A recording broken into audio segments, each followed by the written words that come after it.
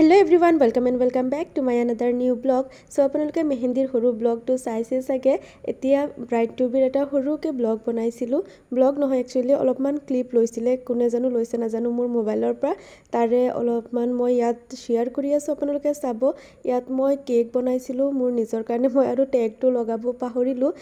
bride two B tag এটা আনি থৈছিলো মই কিন্তু হেতুৱে লগাব পাহৰি থাকিলো মই যেহেতু ক্যামেৰাম্যান আছিলে তেও বহুত জলদি কৰি আছিলে ৰাতি হৈ গৈছিলে যে এই কাৰণে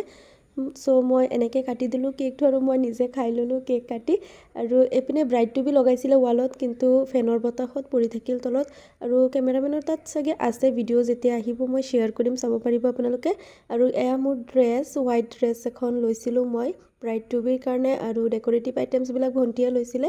ড্ৰেছটো পিন্ধি মই জাস্ট অলপমান টাইমৰ কাৰণে অলপ ফটো ক্লিক কৰিলো আৰু ভিডিও অলপ বনালো আৰু আপোনালোকে মোৰ ফটোজ বিলাক মেহেন্দিৰ ফটোজ বিয়াৰ ফটোজ আৰু ইয়াতে যে আছে ব্ৰাইড টু বিৰ ফটোজ এবিলাক মোৰ ইনষ্টাগ্ৰামত চাব পাৰিব মই তাত আপলোড দিছো আপোনালোকে ইচ্ছা কৰিলে চাব পাৰে আজিমা আলম বুলিয়ে আছো মই তাত চাব পাৰে আপোনালোকে আৰু ৰাতি ফুল আনি থৈছিলো মই খুপাৰ কাৰণে আৰু ওয়েডিং কেকটো মই নিজে বনাই আছো ঘৰত হৰুকে বনাম এটো তাৰে অলপমান ক্লিপ সো ৰাতিয়ে মই কেকটো পুৰা কমপ্লিট কৰি থলো যেহেতু ৰাতিপুৱা উঠি এবিলাক টাইম নাপাও ৰাতিপুৱা উঠি